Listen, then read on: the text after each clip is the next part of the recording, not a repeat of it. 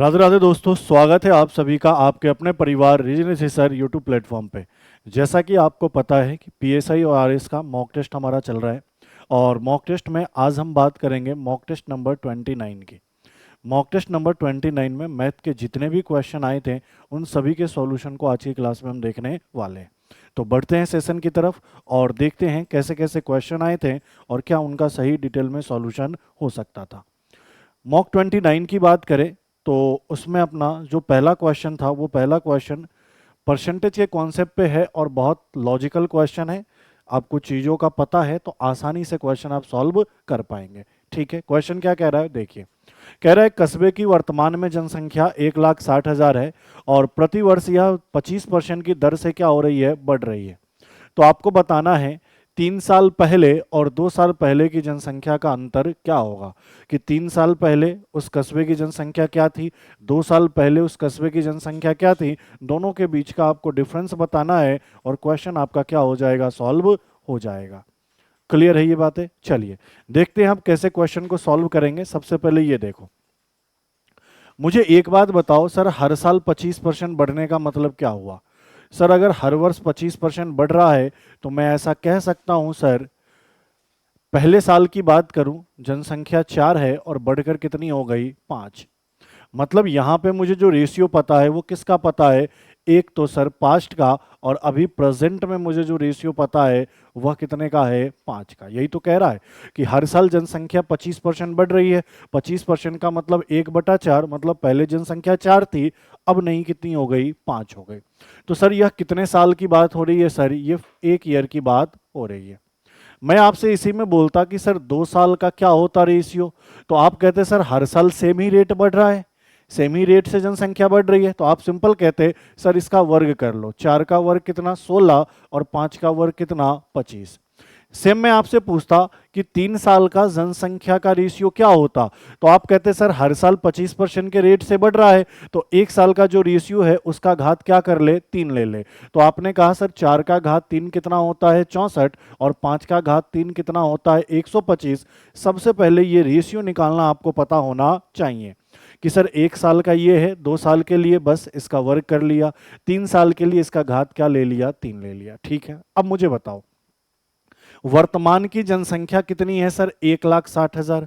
अब यहां आप गौर से देखो, तो यहां गौर से देख रहे हो सर 2 साल के अंत में वर्तमान की जनसंख्या का रेशियो 25 है और 3 साल के अंत में वर्तमान की जनसंख्या का रेशियो 125 है। ऐसा हो सकता है क्या? नहीं, क्योंकि हर साल जनसंख्या तो टोटल हमारे पास वर्तमान में 1,60,000 है। तो सर वर्तमान का यहाँ रेशियो क्या होना चाहिए, सेम। तो अगर यहाँ 125 है, इसको 125 बनाने के लिए आपको किसका गुना करना पड़ेगा, 5 का। रेशियो कहता है एक पद में आपने कांस्टेंट मान का गुना किया तो दूसरे में भी उसी का गुना करना पड़ेगा। तो यहां से मुझे यहां दिख गया कि सर ये 25 गुना 5 125, और यहां सर 16 गुना 5 कितना हो गया, 80। अब दोनों जगह मेरे पास रेशियो जो वर्तमान का है वो 125 है। अब देखो क्वेश्चन में दिया क्या है, क्वेश्चन में आपको वर्तमान का जनसंख्या दिया है, कहने का मतलब 125 का वैल्यू दे रखा है आपको, कितना, 1,60,000। आपसे कह रहा है कि 2 साल के अंत में, 2 साल पूर्व और 3 साल पूर्व दोनों का अंतर बताए। तो सर 2 साल के पूर्व और 3 साल के पूर्व का अंतर कितना होगा जनसंख्या का, तो आपने कहा सर 2 साल पहले जनसंख्या का रेशियो 80 था, 3 साल पहले जनसंख्या का रेशियो 64 था। तो सर इनको घटाया तो वैल्यू मेरे पास कितना बना, 16। तो मैंने कहा सर 16 का मान निकाल लो। कहने का मतलब क्या सर, 1,60,000 में 125 का भाग लगाएं और गुना किसका कर ले, 16 का।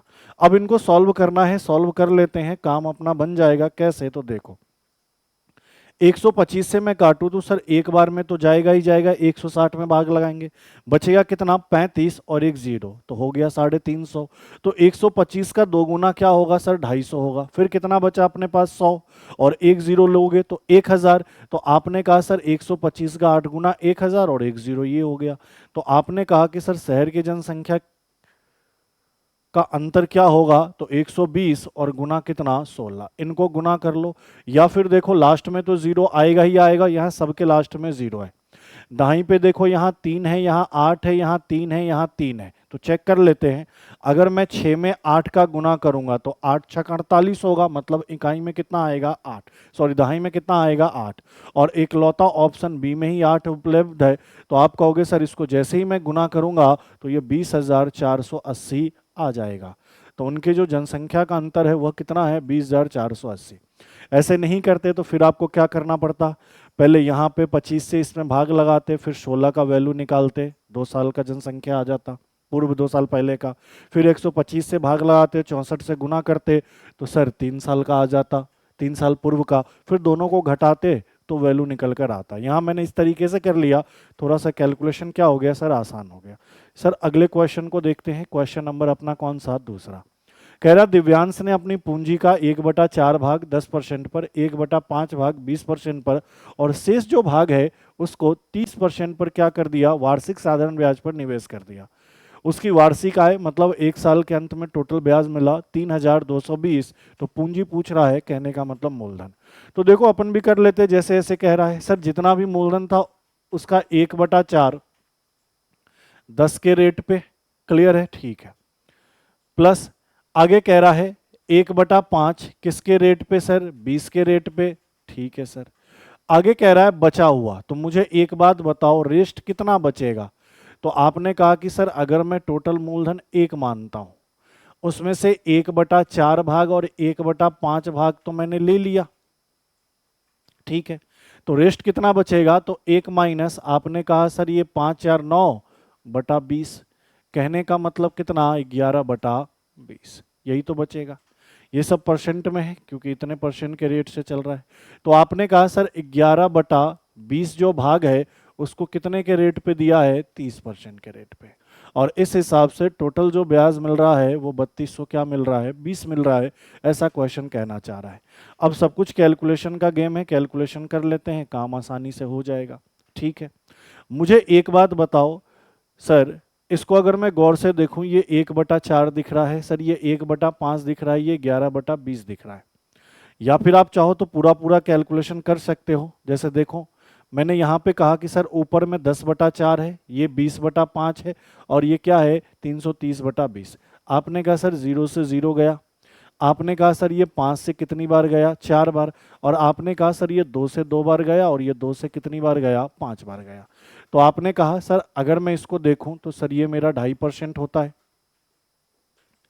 इसको अगर मैं देखूं तो सर ये मेरा 4% होता है, और इसको मैं देखूं तो सर 33 का आधा, 11 तिया 33, 33 का आधा कितना होगा, तो सर 30 होता। देखो 33 का मुझे क्या करना है, आधा करना है, तो मैं लिख दूं सर 16.5। तो आपने कहा सर ये 16.5% होगा, ठीक है। और इन सब का वैल्यू कितना है सर 3220। अब एक बार इनको जोड़ लो, तो 16.5 और 2.5 जोड़े तो सर ये 19 हो गया, देखो, और 19 और 4 कितना हो गया 23। तो आपने कहा सर 23% का वैल्यू दिया है 3220। मैं एक या 100% का वैल्यू निकाल लूं, जी सर। आपने कहा सर 3220/23 और गुना कितना सर 100। मुझे बताओ 23 से मैं काटूं, 23 एकम 23 हो जाएगा। तो आपने कहा सर 32 में से 23 घटा 9, अरे बोलो 32 में से 23 घटेगा तो आप कहोगे 9 और ये 2, तो फिर कितनी बार सर 23 चौका कितना होता है 92 और एक 0। तो आपने कहा सर 140 पे अगर 100 का गुना करे तो 2 0 बैठाना पड़ेगा। तो मूलधन कितना रहा होगा सर, 14,000 का मूलधन रहा होगा। इतना सा काम आपको करना था, क्लियर है। चलिए अगले क्वेश्चन को देखिए। अच्छा, आगे बढ़ने से पहले कोई भी बच्चा पीएसआई की तैयारी कर रहा है या आरएस की तैयारी कर रहा है, कंप्लीट रीजनिंग का कोर्स आप लेना चाहो तो कंप्लीट रीजनिंग का कोर्स आपको मात्र 1,000 रुपये में पीएसआई का और 1,100 रुपये में किसका, तो आरएस प्री का। साथ साथ में कोर्स में बहुत सारे फीचर्स है, ये फीचर्स आप देख लीजिए। इन सभी फीचर्स के साथ आपको ये कोर्स अवेलेबल होगा और बिल्कुल बेहतरीन तरीके से, अच्छे तरीके से सारे कोर्स को आपको कंप्लीट कराया गया है। कहाँ से आप परचेज कर सकते हैं, तो अपना एक ही ऐप है, नाम क्या है, रीजनिंग ऋषि सर, लिंक डिस्क्रिप्शन में होगा, या फिर गूगल प्ले स्टोर पे आप जाकर ये नाम सर्च करोगे, वहाँ से एप्लीकेशन डाउनलोड करके लॉगिन करके आप कोर्स को परचेज कर सकते हैं। क्लियर है। चलिए अगले को देखिए, क्वेश्चन नंबर तीसरा। अब क्वेश्चन नंबर तीसरा क्या है, चक्रवृद्धि ब्याज का बहुत ही आसान सा क्वेश्चन है। क्वेश्चन क्या है तो देखो, क्वेश्चन कह रहा है चक्रवृद्धि ब्याज पर एक धनराशि 4 वर्ष में तो दोगुनी हो गई। सुनना मेरी बात, दो गुनी हो गई। मतलब 1 रुपये का मूलधन रहा होगा तो मिश्रधन 2 का हुआ कितने साल में सर? 4 साल में। ये कह रहा वही रेट रखिए, वही देर रखिए, तो कितने समय में धनराशि 8 गुनी हो जाएगी। मतलब अब 1 रुपया के बदले 8 रुपया मिले, इसके लिए टाइम क्या लगेगा ये बताना है। तो ऐसे क्वेश्चन को सॉल्व करने का बहुत शॉर्टकट तरीका बताया था। क्या बताया था? मैंने कहा ऊपर वाला जो मिश्रधन है ना, उसको 2 के पावर कितना लिख सकते हैं? 1। तो नीचे वाले मिश्रधन को भी 2 के पावर में तोड़ दो, इसको 2 का पावर क्या लिख सकते हैं? 3। कहने का मतलब ऊपर वाले मिश्रधन को जिस संख्या के ऊपर घात लिखोगे, नीचे वाले को भी उसी के ऊपर घात में आप क्या करो? तोड़ लो। तो आपने कहा सर 2 को मैं 2 का घात 1 लिख सकता हूं, तो 8 को मैं क्या लिख सकता हूं? 2 का घात 3। इसका भी बेस दो, इसका भी बेस दो, लेकिन पावर तो दोनों का अलग अलग है। जी सर, इसका पावर कितना है? 1 है, इसका पावर कितना है? 3 है। तो मुझे बताओ 1 को 3 बनाने के लिए किसका गुना करना पड़ेगा? 3 का। तो आपने कहा सर यहाँ पे भी किसका गुना कर दीजिए? 3 का। और ये 4 तिया कितना होगा? 12 वर्ष। तो आपने कहा सर 8 गुना होने में कितना समय लगेगा? 12 वर्ष का समय लगेगा। ऑप्शन नंबर 20 का क्या है? बिल्कुल ही करेक्ट उत्तर। क्लियर है? चलिए अगले को देखिए, क्वेश्चन नंबर 4। अब यहाँ इस वाले क्वेश्चन में आपको मीडियन निकालना है, और मीडियन निकालने का ऐसे डेटा का तरीका आपको बताया है। क्या तरीका बताया है? तो सर सबसे पहले आपको क्या करना है? इन सभी को जोड़ना है, और साथ साथ में मैं यहीं पे निकाल देता हूं।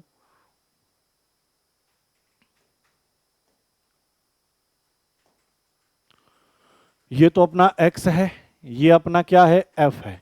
और यहां पे मैं निकाल देता हूं CF। कहने का मतलब संचयी बारंबारता। ये आंकड़ा है, ये बारंबारता है, तो संचयी बारंबारता निकालो। संचयी बारंबारता कैसे सिखाया था? 2 है तो 2, इनको जोड़ो। 3 और 2 5, 5 और 1 6, 6 और 3 9, 9 और 2 कितना? 11। तो आपने कहा सर संचयी बारंबारता निकाल लिया। अब इसके बाद क्या करना है?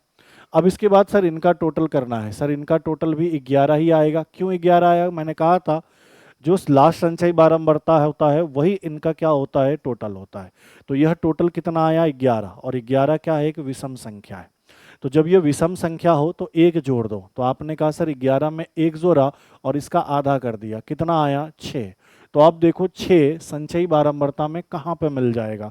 तो संचयी बारंबारता ये है, तो हमें 6 कहाँ दिख रहा है सर? 6 यहाँ दिख रहा है। और इस 6 के लिए जो x का मान है वह कितना है सर? 3 है। तो आप कह दोगे सर कि माध्यिका क्या होगी सर? 3 होगी। इतना सा काम करना होता है और कुछ नहीं करना होता है ऐसे वाले आंकड़ों में। क्लियर है? तो आपने कह दिया कि सर ये कितना आया? 6। 6 को कहाँ ढूंढा? संचयी बारंबारता में। संचयी बारंबारता 6 कहाँ दिखा? यहाँ। इसके आंकड़े का मान क्या है? इसके लिए x का मान क्या है? 3। तो 3 मेरी क्या है सर? माध्यिका है। बात खत्म। चलिए अगले को देखिए, क्वेश्चन नंबर 5। अब देखो ये बहुत ही जबरदस्त क्वेश्चन है, बहुतों को नहीं आता होगा ये क्वेश्चन। ये तभी आएगा जब आप प्रोबेबिलिटी को बड़े डिटेल से पढ़े हो, परम्यूटेशन कॉम्बिनेशन को बहुत ही डिटेल से पढ़े हो, तब जाकर आप ऐसे क्वेश्चन को सॉल्व कर पाओगे। हमसे कह रहा है कि ए की प्रोबेबिलिटी 3/8 है, बी की प्रोबेबिलिटी 1/2 है, साथ साथ में ए इंटरसेक्शन बी की प्रोबेबिलिटी 1/4 है, और आपसे कह रहा है P A not intersection B not निकालना। इंटरसेक्शन, इसको आप इंटरसेक्शन भी कहते हो, इसको आप एंड भी कहते हो, आपको सब कुछ कोर्स में करा रखा। और यूनियन है, उसको आर कहते हो। जैसे ऊपर की तरफ जो होगा ना, ये इसको तो आप यूनियन कहते हो या फिर इसको और कहते हो। ठीक है, तो ये वाली बात पढ़ा चुका हूं आपको। अब देखो सबसे पहली बात, एक बात ध्यान रखना, मुझे इसका वैल्यू निकालना है, तो पहले इसके बारे में जानकारी ले लो। सर ये जो ए नॉट है और ये बी नॉट है, ऊपर में डैश लग गया ना, तो ए के ऊपर डैश है तो ए नॉट, बी के ऊपर डैश है तो बी नॉट, ऐसे पढ़ते हैं इसको।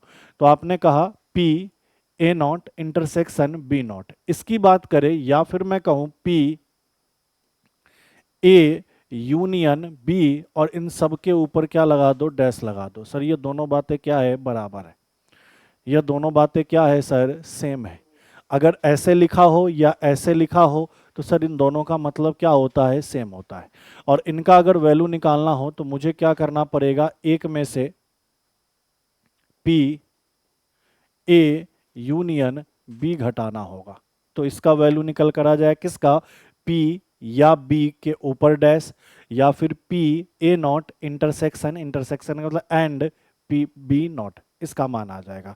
तो एक तो ये वाली बात पता होनी चाहिए। दूसरी बात क्या पता होनी चाहिए, तो अगर आपको ये पता है कि पी ए यूनियन बी का फॉर्मूला क्या होता है, तो आपको क्लास में पढ़ाया है कि probability of A plus probability of B, और इसमें से आप घटा देते हो probability of A intersection B. ये दोनों बात पता है तो क्वेश्चन सॉल्व हो जाएगा, नहीं पता है तो नहीं हो पाएगा फिर तो देखो अब क्या क्या कह रहा है, आपसे कह रहा है कि सर प्रोबेबिलिटी ऑफ ए 3/8 है, तो ठीक है सर 3/8 रखिए। प्रोबेबिलिटी ऑफ बी सर 1/2 है, ठीक है सर 1/2 रखिए, minus A intersection B probability क्या है सर 1/4 है। इनको मैं सरल करूंगा तो सर इसका लय से 8 ले लूँ, ठीक है सर 8 से एक बार तो यहाँ ऊपर में 1 का गुना 3, 2 से ये 4 बार तो 4 गुना 1 4, और 4 से ये 2 बार तो ऊपर में 2। तो मुझे बताओ 4 3 7 में से 2 घटाऊंगा तो 5/8 आएगा। तो मुझे यहाँ से ये पता चल गया कि P probability of A union B या प्रोबेबिलिटी ऑफ ए और बी कितना आया 5/8 आया। लेकिन हमें ये नहीं चाहिए, हमें क्या चाहिए सर, ये चाहिए, ये तो ए यूनियन बी, ए या बी की होने की प्रोबेबिलिटी ये है, हमें तो चाहिए ए या बी के ना होने की प्रोबेबिलिटी। इसको ये कहो या इसको आप ऐसे ये भी कह सकते हो A dash intersection B dash. तो इसके लिए क्या करना है, एक में से probability of A union B घटा देना है। तो आपने कहा 1 माइनस इसका मान हमने 5/8 निकाल ही रखा है, 5/8 घटा दो तो वैल्यू आ जाएगा 3/8। तो यही आपका क्या होगा आंसर। तो ऑप्शन नंबर बी 3/8 इस क्वेश्चन का क्या है, बिल्कुल ही करेक्ट उत्तर। ये ध्यान रखना, इस पे क्वेश्चन पूछेंगे तो आपको पता होगा तभी कर पाओगे, अन्यथा नहीं कर पाओगे। क्लियर है ये बातें। चलिए अगले क्वेश्चन में बढ़ते हैं। आगे बढ़ने से पहले जो भी बच्चे पीएसआई की तैयारी कर रहे हैं, आरएस की तैयारी कर रहे हैं, कंप्लीट मैथ का कोर्स लेना चाहते हैं जिसमें सब कुछ डिटेल्स से, लॉजिक से, अच्छे तरीके से, कुछ भी छोड़ा नहीं गया है, कुछ ज़्यादा ही पढ़ाया गया है, कम नहीं पढ़ाया गया है, तो आप ये कोर्स 900 में परचेज कर सकते हैं। पीएसआई के लिए सिर्फ मैथ की बात कर रहा हूँ, और ये कोर्स के आपके फीचर होंगे। कहाँ पे आपको मिल जाएगा, तो वही अपना एक ही ऐप है, नाम क्या है, रीजनिंग ऋषि सर। इस एप्लीकेशन को आप डाउनलोड कर लो गूगल प्ले स्टोर से, या लिंक डिस्क्रिप्शन में है, वहाँ से आप डाउनलोड कर लीजिए और लॉगिन करके आप कोर्स परचेज कर सकते हैं। क्लियर है। तो ये मैथ की बात थी। आगे बढ़ते हैं, अगले क्वेश्चन को देखो, क्वेश्चन नंबर 6 क्या कह रहा है, भाजक में भागफल भागफल में भाजक भागफल का 11 गुना, शेषफल का 5 गुना, यदि शेषफल 44 है तो भाज्य निकालें। नंबर सिस्टम का क्वेश्चन है और भाग वाला प्रश्न है। सबसे पहले तो आपको पता होना चाहिए, क्या, सुनना मेरी बात को, कि अगर आपको भाज्य निकालना है तो ये होता क्या है, तो आप सबको पता होना चाहिए सर, जो भी भागफल है, हाँ या ना, भाज्य बराबर भाजक गुना भागफल प्लस क्या होता है सर, शेषफल। ये चीजें क्या होती है, भाज्य मतलब सर किस संख्या में आप भाग लगा रहे हो, भाजक मतलब किससे भाग लगा रहे हो, भागफल मतलब कितनी बार पहाड़ा पड़ा है, इन दोनों का गुना, और शेषफल मतलब कितना नीचे बच गया है। तो इन सबको जब सॉल्व करोगे तो आपको वो नंबर मिल जाएगा, वो भाज्य मिल जाएगा, या फिर आप उसी को क्या कहते हो, वो संख्या आपको मिल जाएगा। ये वाली बात आपको पता होनी चाहिए। अब देखो क्वेश्चन में क्या दे रहा है कि अगर मैं भागफल की बात करूं, सुनना मेरी बात को गौर से, अगर मैं भागफल की बात करूं तो हमसे कह रहा है भागफल शेषफल का 5 गुना है, और क्वेश्चन में शेषफल पहले से 44 दिया है, तो मैं ऐसा कह सकता हूं भागफल शेषफल का 5 गुना, और शेषफल तो पहले से 44 है। तो मैंने कहा सर ये वैल्यू मेरे पास कितना आया, 220।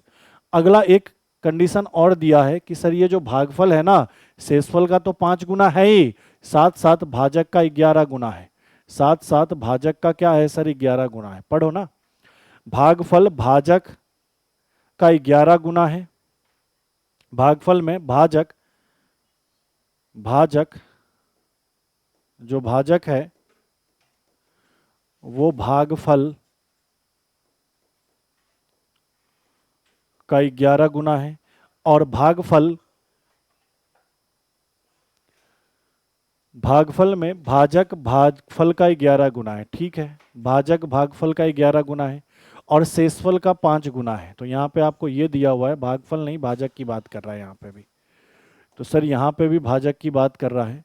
जो भाजक है वह शेषफल का तो 5 गुना है और जो भाजक है वो भागफल का क्या है सर 11 गुना है, ऐसा कहना चाह रहा है।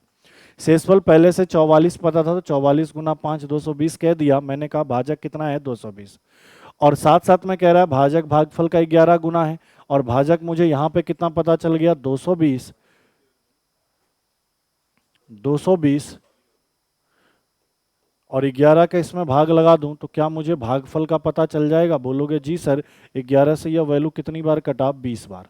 तो इस वाले कंडीशन से भागफल पता चल गया, इस वाले कंडीशन से भाजक पता चल गया। हमें भाज्य निकालना है तो क्या करना है, बस इसमें वैल्यू पुट कर देना है, तो पुट करो ना।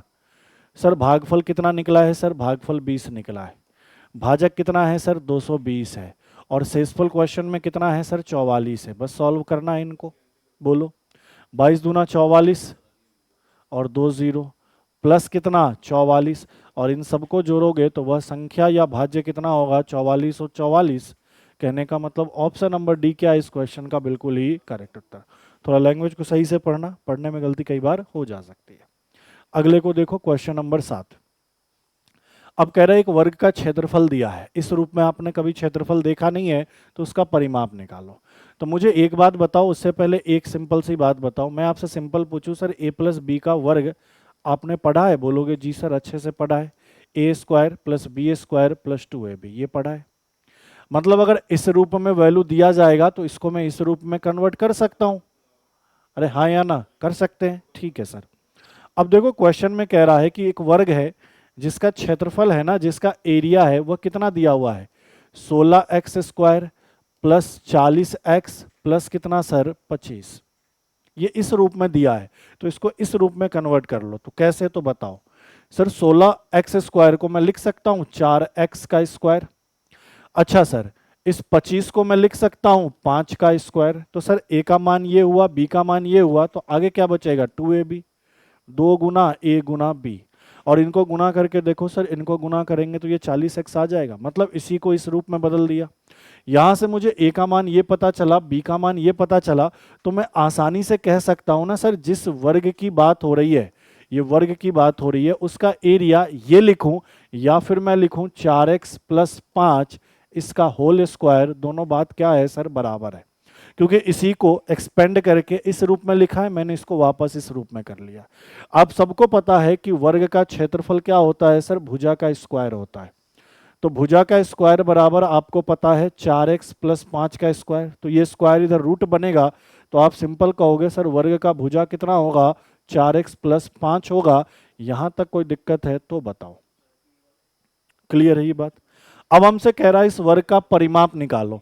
अरे भाई आप मुझे बताओ वर्ग का परिमाप आपको क्या पढ़ाया है?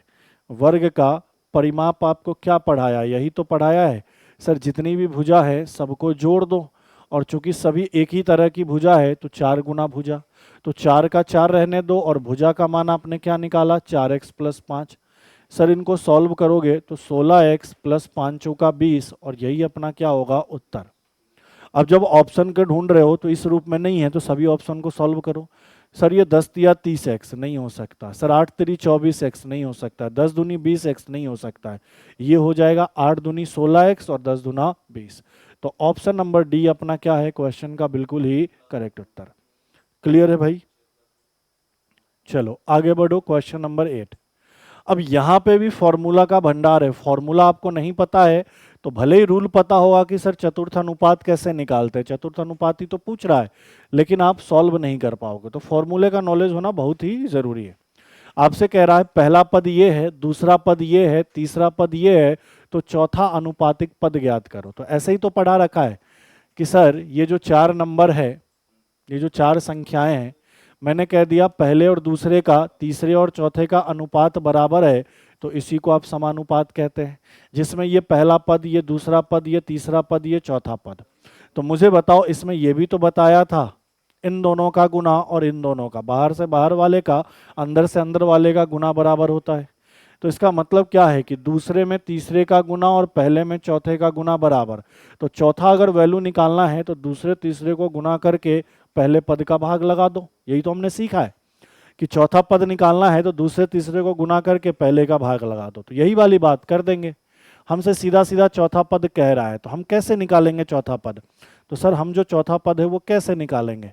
तो सर चौथा पद निकालेंगे ऐसे, जो दूसरा पद है, दूसरा पद क्या है? ए क्यूब बी क्यूब। जो तीसरा पद है, तीसरा पद क्या है? A square minus B square. इनका गुना करके जो पहला पद है उसका भाग लगाओ। पहला पद क्या है सर? ए प्लस बी का होल स्क्वायर, और गुना क्या है? ए क्यूब माइनस बी क्यूब। यही आंसर हो जाएगा। बोलोगे जी सर। अब मुद्दा ये है कि इन सब का फॉर्मूला होगा तभी एक्सपेंड कर पाओगे और आपस में काट पाओगे और आंसर से मैच करवा पाओगे। तो एक बात बताओ, आपको A cube plus B cube का फॉर्मूला क्या पढ़ाया है? ए प्लस बी गुना पढ़ाया है A square minus A B plus क्या? B square. ठीक है। A square minus B square क्या पढ़ाया है सर? ए प्लस बी गुना ए माइनस बी। बस इनका फॉर्मूला लिख रहा हूं सर। ए प्लस बी का होल स्क्वायर तो ऐसे का ऐसा ही रहने देते हैं। अच्छा, ए क्यूब माइनस बी क्यूब क्या पढ़ाया है सर? ए माइनस बी गुना A square plus A B plus B square. यही तो पढ़ाया है। अब कलर चेंज करते हैं, जो कट रहा है उसको काटेंगे, बचे हुए को देखेंगे। तो मैंने कहा सर ए प्लस बी और ए प्लस बी, ए प्लस बी दो बार है तो ए प्लस बी का होल स्क्वायर हो जाएगा। तो इन दोनों से ये ए प्लस बी का होल स्क्वायर कट गया। सर इस a माइनस बी से ये a माइनस बी कट गया, तो मेरे पास फाइनल क्या बचा? ऊपर A square minus A B plus B square, और नीचे क्या बचा? A square plus A B plus B square. यही ऑप्शन में मैच करा लो। ये कहाँ दिख रहा है सर? ऑप्शन नंबर सी में दिख रहा है, और यही अपने क्वेश्चन का क्या है? बिल्कुल ही करेक्ट उत्तर। देख लो एक बार पूरी क्लास। क्लियर है ये बातें? क्वेश्चन आसान था, बस फॉर्मूले का नहीं ज्ञान है तो नहीं कर पाओगे। अगले को देखो। अच्छा, आगे बढ़ने से पहले अगर आप कॉम्बो कोर्स लेना चाहते हैं कि सर मुझे कंप्लीट मैथ भी करनी है, कंप्लीट रीजनिंग भी करनी है नहीं है और इसमें पूरा पूरा स्कोर करना है, तो आप कॉम्बो कोर्स ले सकते हो। पीएसआई की बात करूं, एसआई की बात करूं, तो कॉम्बो आपको मिल जाएगा मात्र 1500 रुपये में। इसमें कंप्लीट मैथ, कंप्लीट रीजनिंग और साथ साथ में आपका टेस्ट भी आ जाएगा फ्री में। नोट्स होगा, बाईलैंग्वेज आपको सीट होगा, सब कुछ मिल जाएगा। वैसे अगर आर एस प्री की बात करें तो कंप्लीट जो कोर्स का प्राइस होगा, कंप्लीट मैथ कंप्लीट रीजनिंग आ जाएगा 1600 में, और ये इनके क्या है? फीचर्स है। तो आप अगर कॉम्बो लोगे तो कॉम्बो में आप ज़्यादा फायदे में रहेंगे। सिंगल सिंगल तो आपको महंगा पड़ सकता है, तो कॉम्बो भी आप ले सकते हो। क्लियर है? पीएसआई आरएस वाले उनके लिए है। चलिए अगले क्वेश्चन में बढ़ते हैं। नेक्स्ट क्वेश्चन देखो, क्वेश्चन नंबर 9। क्वेश्चन नंबर 9 क्या कह रहा है? बहुत आसान सा क्वेश्चन है, बस एक बेसिक सा रूल रेशियो का पता होना चाहिए। जब रेशियो पढ़ाया था तो आपको बताया था कि किसी एक पद में किसी स्थिर संख्या का गुना किया तो उसी स्थिर संख्या का हर एक पद में गुना करना होता है। ये पढ़ाया था। किसी एक पद में अगर मैं रेशियो में किसी एक पद में परसेंटेज घटाऊंगा तो हर एक पद में उतना ही परसेंटेज घटाना पड़ेगा। ये सब कुछ आपको पढ़ा रखा है। तो यहाँ क्वेश्चन क्या कह रहा है कि ए और बी ने एक व्यवसाय में 7:5 के अनुपात में धन निवेश किया। इन्वेस्ट किया 7:5 में।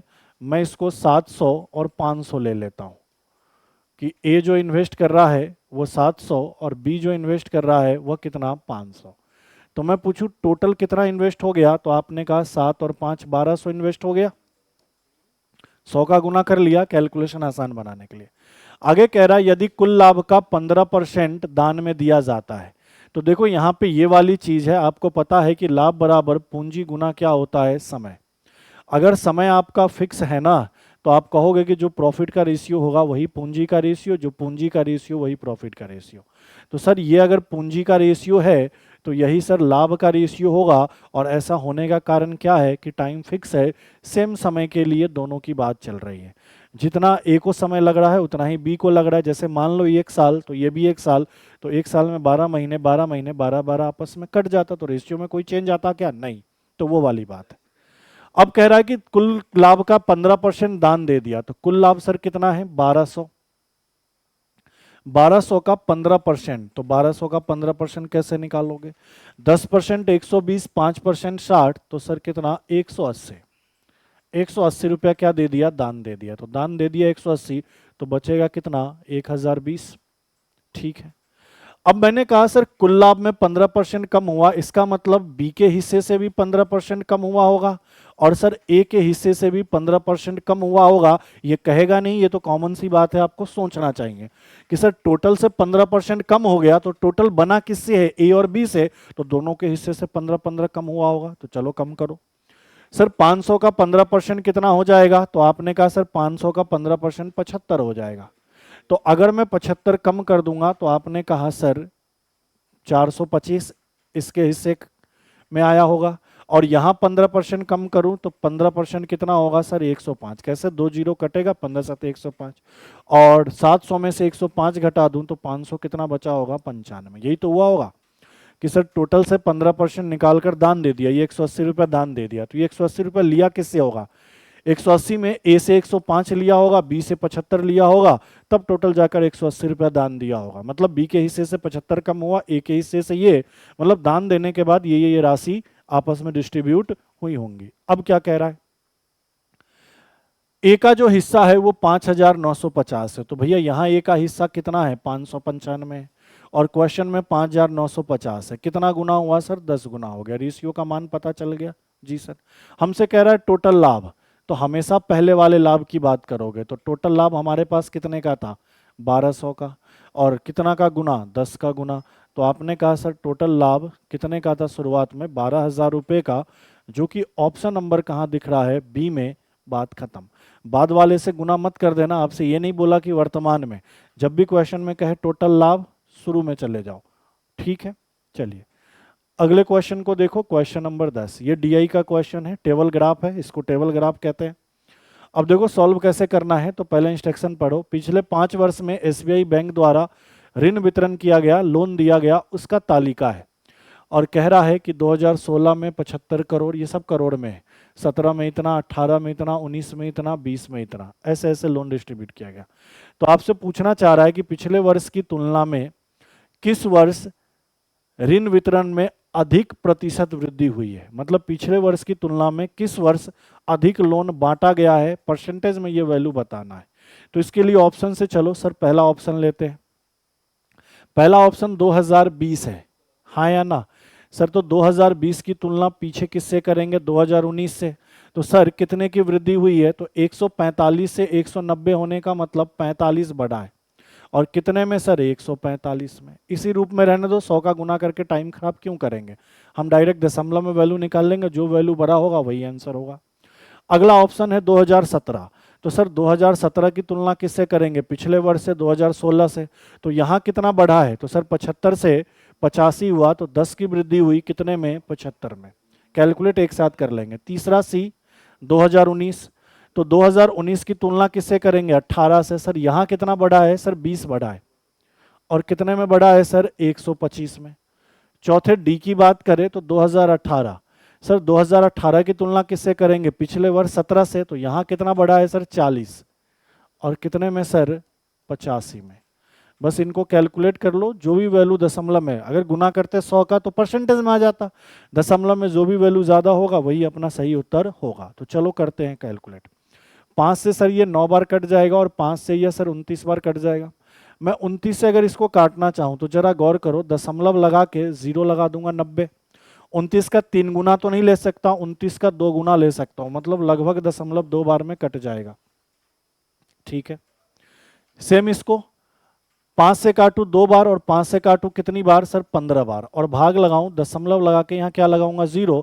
तो 15 एकम 15, दशमलव 1 बार में लगभग ये कट जाएगा। इनको अगर मैं सॉल्व करूं तो 5 से कितनी बार? 4 बार, और 5 से कितनी बार? 25 बार। अरे बोलो, 5 दूनी 10, 50 25, 5 चौका 20, और 4 में अगर 25 का भाग लगाऊंगा, दशमलव आके 1 0 40, तो 25 एकम 25, लगभग ये भी दशमलव 1 बार जाएगा। आगे का हम नहीं ले रहे हैं, क्योंकि अगर एक ही दशमलव का एक ही स्थान से काम चल जाएगा तो ठीक है। इनको काटा मैंने 5 से कितनी बार? 8 बार, और 5 से कितनी बार? 17 बार। तो दशमलव लगा के यहाँ 0 लगाओगे 80। तो 17 का पहाड़ा 4 बार पढ़ना पड़ेगा, 17 चौका 68, मतलब ये लगभग दशमलव 4 बार, ये दशमलव 1 बार, दशमलव 2 बार, दशमलव 1 बार। तो बताओ सबसे अधिक कौन सा दिख रहा है? दशमलव 4। तो इसका परसेंटेज वैल्यू भी ज्यादा होगा, तो ऑप्शन नंबर डी 2018 क्या होगा सही उत्तर? 2018 में पिछले वर्ष की तुलना में सबसे अधिक लोन का वितरण हुआ है, ये इस क्वेश्चन का क्या होगा? बिल्कुल ही करेक्ट उत्तर। तो ये आपके मॉक नंबर 29 के 10 क्वेश्चन होते हैं समाप्त। अच्छे से देख लीजिएगा, एक एक चीज को समझ लीजिएगा। और दूसरी बात, जब भी पेपर देते हो तो एनालिसिस किया करो। आपको यूट्यूब पे सॉल्यूशन भी करवा रहे हैं, तो एक एक चीज को देखो और उसको कॉपी में नोट कर लो। बहुत सारी ऐसी चीजें हैं जो आपने कहीं से पढ़ी नहीं होगी, मुझसे पढ़े हो तो ठीक है। बहुत ऐसी चीज है जहाँ हर जगह आपको मिलेगा नहीं, तो उनको नोट कर लो ताकि आगे वाले आने वाले पेपर में आपको उसका क्या हो, फायदा हो। ठीक है, तो आज की क्लास यहीं पे समाप्त करते हैं, मिलते हैं आपसे अगली क्लास में। थैंक यू, धन्यवाद।